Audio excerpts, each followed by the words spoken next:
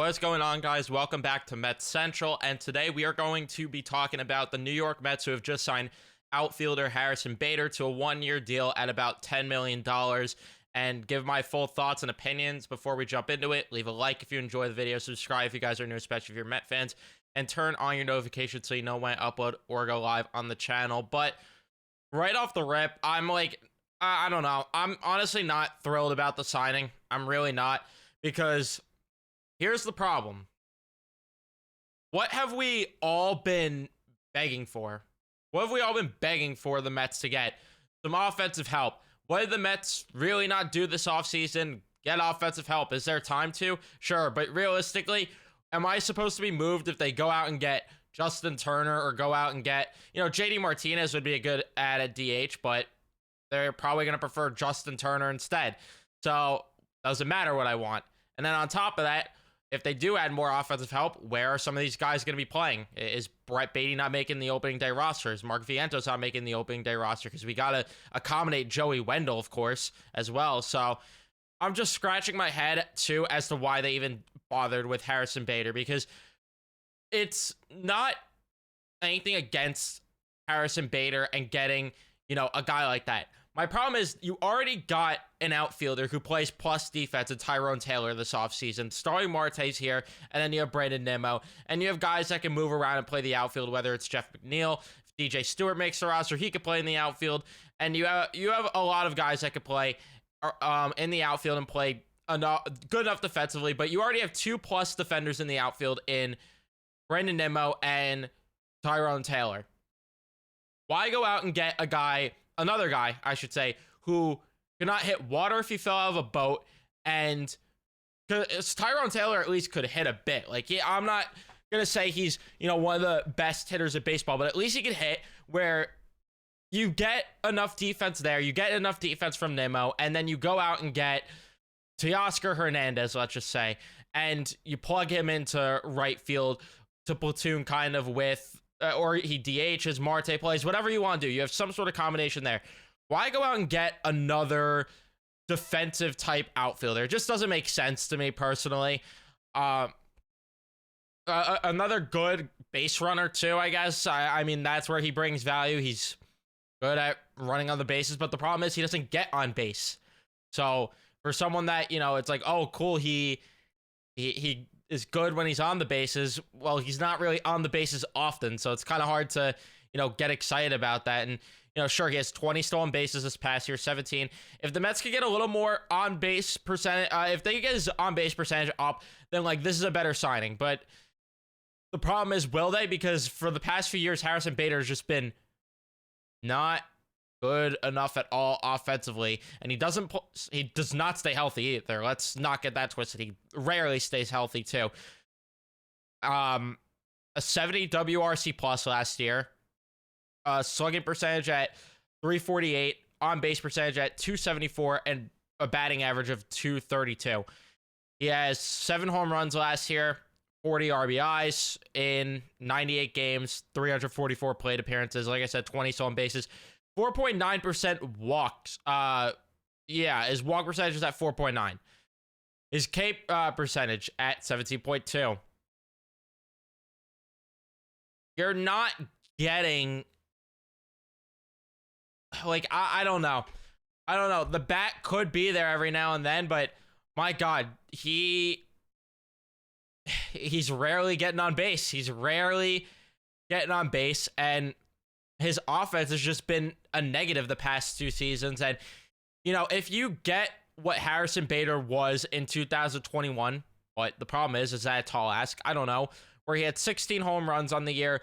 Not a great walk percentage, 6.7, but, it's at least decent. He was striking out still a lot. But, you get the baseline of 267 average, 324 on base. That's at least, that's at least an improvement. A 460 slugging, and then a 108 WRC plus. If you get that type of production from Bader, I'm not going to complain. Or even the year before, where he hit 226, 336 on base, 443 slugging, and a 114 WRC plus. If you get either one of those type of seasons, I am not going to be complaining too much about Harrison Bader. The problem is, the past 2 years, he has been both injured a lot, and he just simply hasn't been good in either of the past 2 seasons. There's a reason he got passed around a bit last year, too.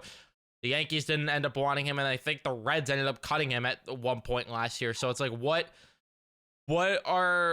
the plan here with the outfield? I guess Nimmo's moving to the corner now because, what reason is there to keep him in center field when you got now Harrison Bader, and then, like I said, Tyrone Taylor is respectfully for his own right, really good in the outfield as well. I don't know if they plan on playing him in center or right, but regardless, you have 2+ outfielders now. Plus, on top of that, Nimmo's good in the outfield himself. What's the game plan? Is starring Marte going to be the DH every day next year? Is that what the plan is? And then the outfield on a daily basis is going to be Nimmo in left. Then you have Bader in center, Taylor in right. I'm trying to come up with this in my mind. And then your infield, you got obviously Pete's going to be at first. Alvarez will catch. I should have mentioned that. Second, I guess, will be McNeil. You got Lindor at short. And then third, you're going to have, Joey Wendell or Brett Beatty, Mark Vientos, whoever you feel like playing. So then your lineup is looking like Nimmo probably leading off still. I don't know who's going to go in the 2-hole. What do you do there? Is Lindor just going to go in the 2-hole? Is Alonso going to go in the 2-hole? Let's just say it's Alonso. Then you go Lindor third. Cleanup, McNeil? I don't know. That's the thing. You don't really have a lot of good offensive options. And then, Marte fifth, maybe, unless Marte's moving back to the 2-hole. I don't know if that's what the game plan is. And then, what do you do after that with the lineup? Alvarez, or is Alvarez going to hit cleanup? Alvarez going to hit cleanup? I mean, I guess the ideal lineup at that point for me, just trying to come up with this in my head right now, I guess you'd go Nimmo, Alonso, Lindor, Alvarez, McNeil, Marte, and then either Beatty, Vientos, Wendell, whoever's in the lineup, I guess. Taylor would then Taylor. Who am I forgetting here?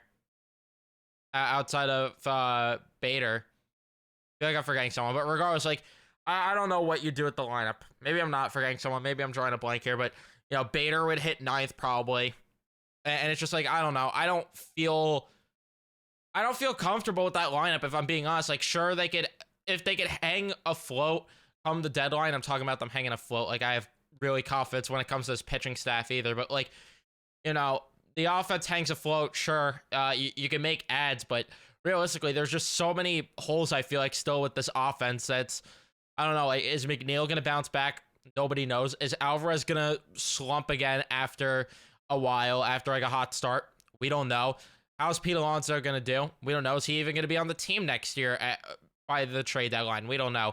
Lindor, what's he going to be like? Although I think your safest bet is what Lindor will be. I don't know why I'm even asking that. Your safest bet's probably Lindor having, a consistent season and being what he is. Nimmo, you pretty much know what you're getting out of him. Marte, what is he going to be? Marte's the biggest wild card there is. Taylor, is he going to put a good enough offensive season up? And then Harrison Bader, now you bring it to the fold. What's his offense going to be like? I get the emphasis on defense this offseason. I really do. And I appreciate that, David Stearns wants to add some defensive help. But realistically, what does it matter if this team's not going to be able to hit?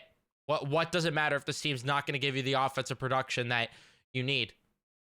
I don't know. Maybe I'm lost. Maybe I'm complaining too much and I'm being, too blinded by what we saw last year. And I'm just, pissed off, to be completely honest with you, considering I don't know who's pitching for this team next year either.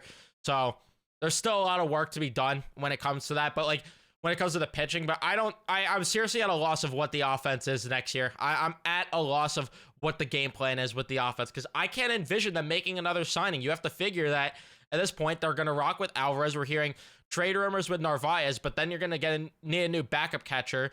Sure, so it's not like that opens up a roster spot. So you have two there. You have Pete Alonso. Vientos, you want to assume, is making the roster. McNeil, Wendell, Lindor, Beatty, Marte, Taylor, Nimmo, that's 11, and then Bader, 12. Did I say Marte and Taylor? I don't remember. So you're at like 12 or 13 there. I don't know where else you're adding room in this offense. I mean, I guess you have like one more spot opened up there. You got like one more spot, but I don't know. I don't know. I'm just lost. But even then, like, you go out and get a guy. What's the game plan here? What is exactly the game plan with this? All right, like, who's the DH?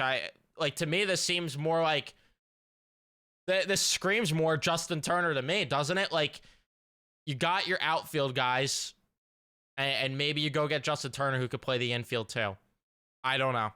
I'm at a loss, but maybe you guys in the comment section down below could help. Let me know what you think of this signing. To me, I don't know. I really don't know.